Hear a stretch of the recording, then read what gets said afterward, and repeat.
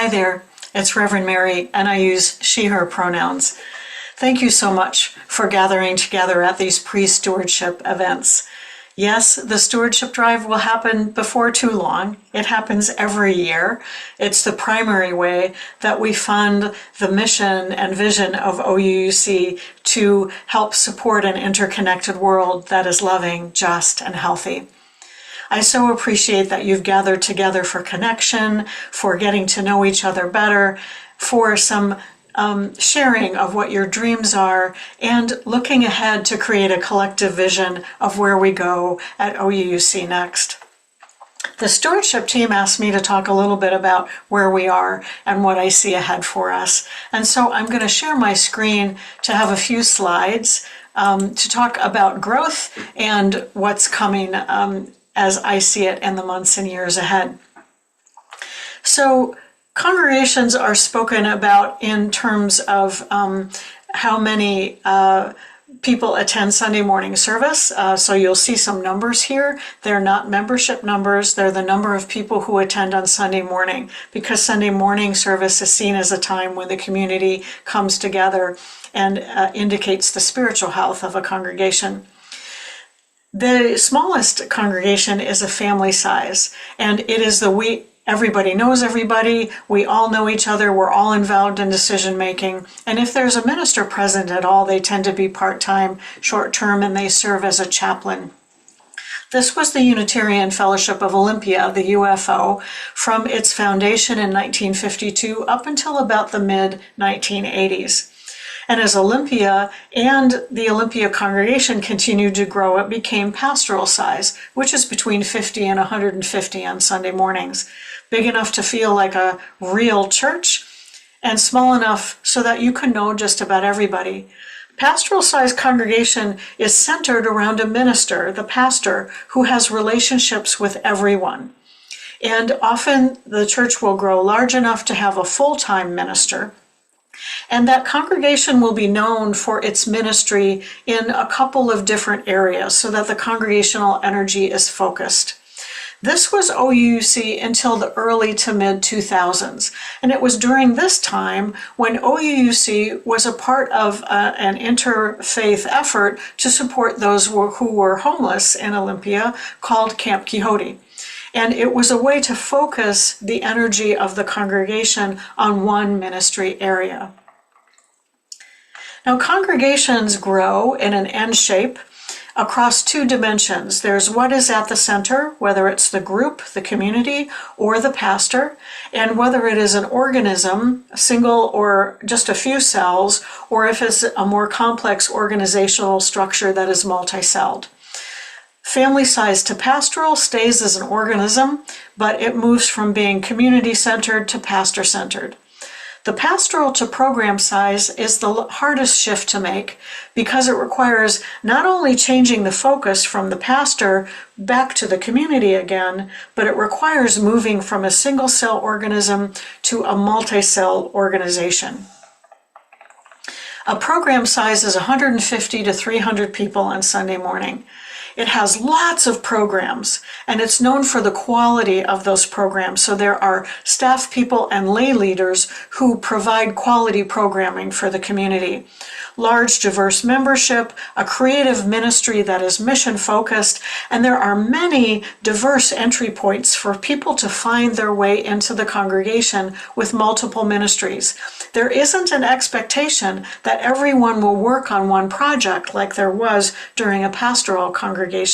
There are multiple ways, multiple justice efforts, groups, ministries, teams, committees, choirs, many ways for people to find their way into belonging. There's not only full-time clergy, but other professional staff, and there is always a shared ministry with lay leaders, with the congregation, with clergy and staff. And this has been OUUC from about the late 2000s to the current time. The average attendance at OUUC now is between about 170 and 220 people, including the online attendance that we've had since COVID. OUUC has been in this organizational and culture shift from pastoral to program for 15 years at least, maybe a little bit longer. And it is the one of the ways that you looked for a new minister when you were looking to call a minister in 2019. When I was in conversation with the search team at the time, they talked a lot about this shift and said that they were specifically looking for a minister who would help the congregation continue to make the shift from pastoral to program, and who had the organizational and inspirational skills in order to be able to help the congregation become and fully embrace its size as a program-sized church. This shift from pastoral to program is more than an increase in numbers. It requires organizational change, often a governance change. The board operates different, as does the minister and the congregation, and it requires a culture shift that I'll talk about in just a minute. There has to be leadership from lay leaders and from the professional staff, and it means adding lots of different ways for people to find their way into beloved community. It is a transition that takes years, sometimes even more than a decade, as we're seeing at OUUC. This is not an unusual thing, and there's nothing wrong with us. So in a pastoral-sized congregation, these are the kinds of statements that you'll hear. We don't want to get too big. I want to be able to know everybody. We have to include everyone in all the decisions. We will dissect all of the decisions and the processes at every meeting. Why can't we get along with the staff that we have currently? In order for me to pledge, I need you to justify all of the spending and where it goes. My goal here is to fulfill my personal hopes, and my question is, am I being served? These are the kinds of things that you will hear in a pastoral-sized congregation, because the focus tends to be internal, focused around the minister, and folks are there to behave and to come together in a certain way. In a program-sized congregation, you will hear things like, we have to focus on our mission and our vision. We have to be effective in meeting those things. Where are we going to put everyone? How can we be creative in opening our doors? I can trust others to make decisions. I don't want to micromanage the staff, the minister, the board. We can't do everything that we need to do without more staff. How can we creatively staff up and staff for growth? We want to reach beyond ourselves, beyond our walls. I will give my time, talent, and treasure toward the vision and mission of the congregation. And the overall question is the world being served? It also requires that the minister change. In a pastoral congregation, the minister is at the center. Their role is to comfort, to counsel, to teach, administer. And those ministers burn out when they try to meet everybody's pastoral and friendship needs. In a program-sized congregation, the focus moves back again to the community as a collective. The minister has to be big picture oriented and institutionally savvy. Their role is to challenge the congregation to move from pastoral to program, to come back into a collective, and to move beyond its walls. The minister is a facilitator, a trainer, an organizer, and they inspire in excellent worship, because the worship service is the time when the whole community comes together. A program-sized minister will burn out if they try to minister to everyone in the congregation rather than focusing their energy on lay leadership development and staff development. So OUUC called me as a minister. We had this vision of where we would go. We would make this transition. There was vitality and growth in the congregation, and then COVID. In the spring of 2020, everything shut down, including us. And it was several years before we even began to come back together again. And now we are in a post-COVID world. It's still with us. During the time of COVID, we went online. And this picture of the kitty in a laptop is from Liz Clement. She shared that her kitties sit with her when she watches the OUUC service online. About a third of our congregation attends online now. Last year it was about a half. So there are questions like, what does it mean when a third of our Sunday morning attendance is online?